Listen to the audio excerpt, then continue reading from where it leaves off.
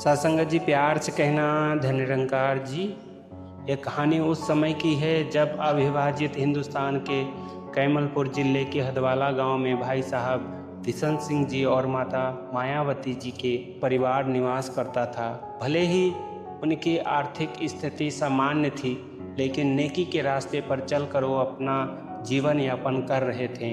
वो सदा सत्य, धर्म और सद्गुणों के मार्ग पर चलते थे और इसी के कारण लोग उन्हें आदरपूर्वक और सम्मान देते थे। साल 1873 में माता मायावती जी के गोद में एक दिव्य बालक का जन्म होता है।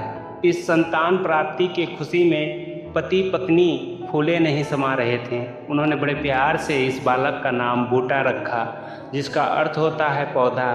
किसे पता था कि ये नन्हा पौधा आगे चलकर मानवता को ब्रह्म ज्ञान का बूटा बनेगा। ईश्वर की लीला अपरंपार है। वो किस माध्यम से अपना कार्य संपन्न करेगा, ये केवल वही जानता है। बाबा बूटा सिंह जी के माता पिता बहुत धार्मिक प्रवृत्ति के थे। नित्य पूजा पाठ करना, सत्संग में सम्मिलित होना और गुरुद्वारे में सेवा करना उनके जीवन का अभिन्न अंग था। यही संस्कार बालक बूटा सिंह में सहज रूप से प्रभावित होने लगे। बचपन से ही भगवान के भक्ति में रुचि लेने लगे। जब उनके हम उम्र मित्र खेल कूद और मौज मस्ती में मगन रहते थे, तब ये बालक वृद्धों की संगति में बैठकर प्रभु चर्चा सुनना अधिक पसंद करता था। हरि चर्चा करने में उसे बड़ा शांति और आनंद मिलता था। बाबा बूटा सिंह जी के परिवार में 3 भाई और 1 बहन थी, किंतु उनके स्वभाव, भक्ति भाव उन्हें सबसे अलग बनाती थी। वो जब माता पिता के साथ गुरुद्वारे जाते थे तो बड़े ध्यान और शांति से कीर्तन सुनते थे। इस सत्संग पर इतना बड़ा प्रभाव पड़ा कि बचपन में ही कीर्तन करना आरंभ कर दिया। उनकी धुन बाणी जब भक्ति रस में बहती थी तो सुनने वाले मंत्र मुग्ध हो जाते थे। ऐसे प्रतीत होता था कि मानो स्वयं परमात्मा इस बालक को भक्तिमय संस्कारों से सींचकर भविष्य में किसी दिव्य उद्देश्य के लिए तैयार कर रहा हो। बाबा बूटा सिंह जी का बचपन कीर्तन करते हुए बीता। जब वो युवा हुए तब उनके व्यक्तित्व में एक अलग ही तेज थी। समाज की परंपराओं के अनुसार उन्होंने कुछ समय के लिए फौज की नौकरी की, लेकिन वहाँ का अनुशासन उन्हें ज़्यादा दिन तक रोक नहीं सका।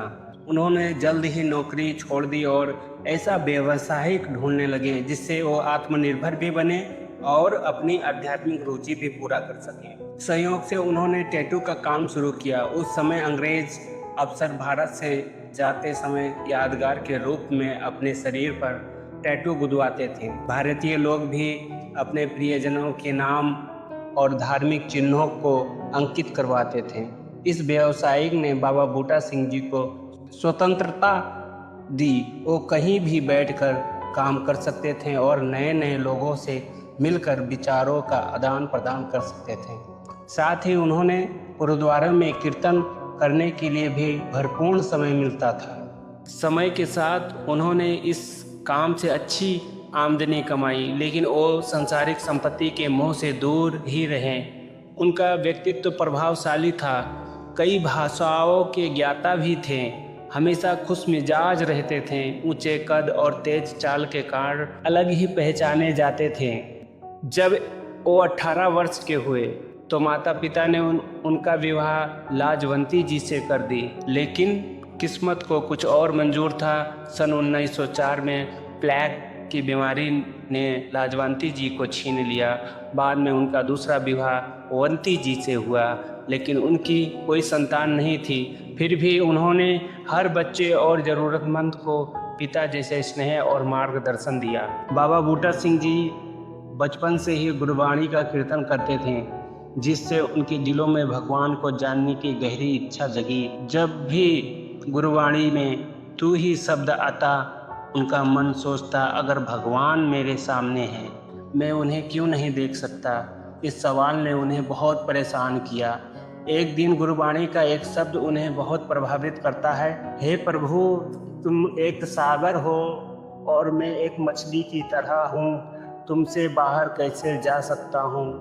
जहाँ देखो वहाँ तू ही तू है, तुझसे निकलूं तो एकदम मर जाऊं। ये सवाल उनके मन में और गहरे हो जाते हैं जब वो रावलपिंडी के गुरुद्वारे में एक भक्ति भाव से कीर्तन करते हैं, मोहन घर आओ। उनकी आवाज़ से संपूर्ण संगत भाव विभोर हो के साथ में झूम रही थी। इस कीर्तन के बाद बाबा बूटा सिंह जी के जीवन में एक ऐसी घटना घटी जिससे उनका पूरा जीवन परिवर्तन हो गया। इसी दौरान उनकी मुलाकात भाई काहन सिंह जी से होती है, जो एक महान भक्त थे। भाई काहन सिंह जी ने बाबा बूटा सिंह जी से पूछा, क्या सचमुच मोहन आपके घर आते हैं? ये सवाल उनके दिलों में गहरी छाप छोड़ जाती है और वो ये समझते हैं कि भाई काहन सिंह जी के पास मोहन के बारे में कोई गहरी ज्ञान है। फिर उन्होंने भाई काहन सिंह जी से मिलकर गुरुबाणी पर ज्ञान चर्चा की। भाई काहन सिंह जी ने उनकी भक्ति और ज्ञान की तलाश को पहचाना और उन्हें अगले दिन फिर आने के लिए कहा। अगले दिन सन 1941 बाबा बूटा सिंह जी भाई काहन सिंह जी के पास पहुँचे और वहाँ वो निरंकार प्रभु का दर्शन हुआ।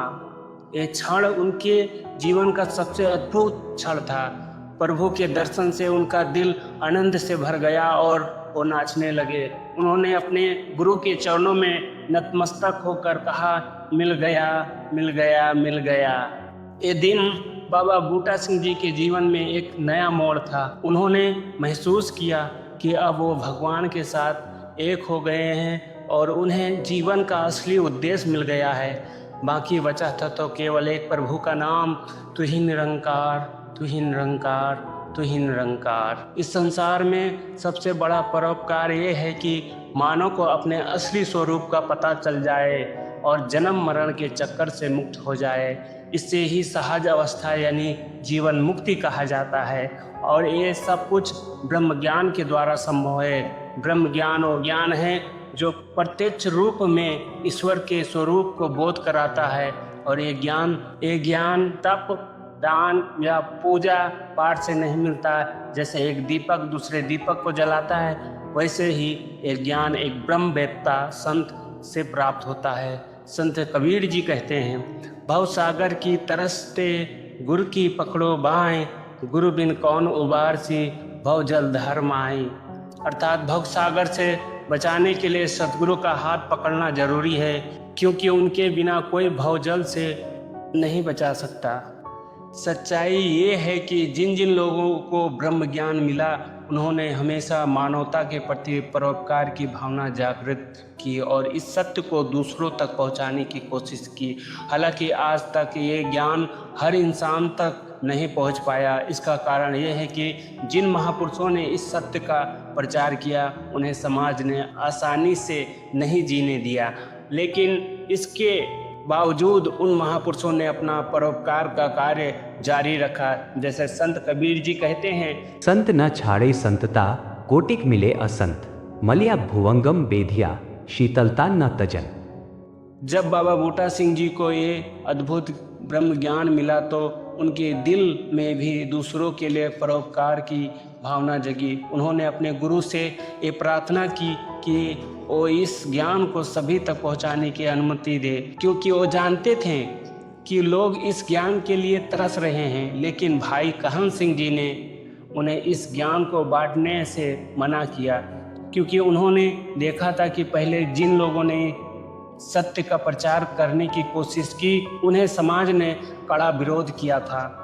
इसके बावजूद बाबा बूटा सिंह जी का हृदय सत्य का ज्ञान बांटने के लिए ललायत। उन्होंने गुरु से अनुरोध किया कि वो इस ज्ञान को घर घर तक पहुंचाना चाहते हैं, क्योंकि बहुत लोग इस ज्ञान के लिए तड़प रहे हैं। अंत में गुरु ने उन्हें 15 साल तक स्वयं ज्ञान का अनुभव करने का समय दिया, तब जाके ज्ञान का प्रचार, तब तक वो ज्ञान का प्रचार नहीं कर सकते, ऐसा आदेश दिया। ब्रह्म ज्ञान प्राप्त करने के बाद बाबा बूटा सिंह जी ने करीब 15 साल तक प्रभु भक्ति में लीन रहकर अमृत अनुभव लिया। उनकी परोपकारी भावना और ज्ञान प्रचार की योग्यता को देखते हुए भाई काहन सिंह जी ने उन्हें ज्ञान बांटने की अनुमति दी। 55 वर्ष की आयु में ये अनुमति उनके लिए पंख लगने जैसी थी। सद्गुरु का आशीर्वाद लेकर उन्होंने पेशावर में प्रभु भक्तों की तलाश शुरू की। बाबा बूटा सिंह जी जिज्ञासुओं से अनोखा सवाल पूछते थे, जैसे तुम्हारा असली घर कौन सा है। इन प्रश्नों से वो लोगों को आत्मा और परमात्मा का बोध कराते थे। जो भी जिज्ञासु उनसे मिलता वो उसे वही ब्रह्म ज्ञान प्रदान कर देते थे, जैसे श्री कृष्ण ने अर्जुन को कुरुक्षेत्र में ज्ञान दिया था।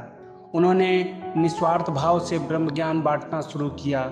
उनके लिए भक्त भाई गोकल सिंह जी कोलाही में सत्संग के लिए अपना घर दिया। धीरे धीरे महापुरुषों बढ़ने लगे, लेकिन विरोधी भी बढ़ने लगे।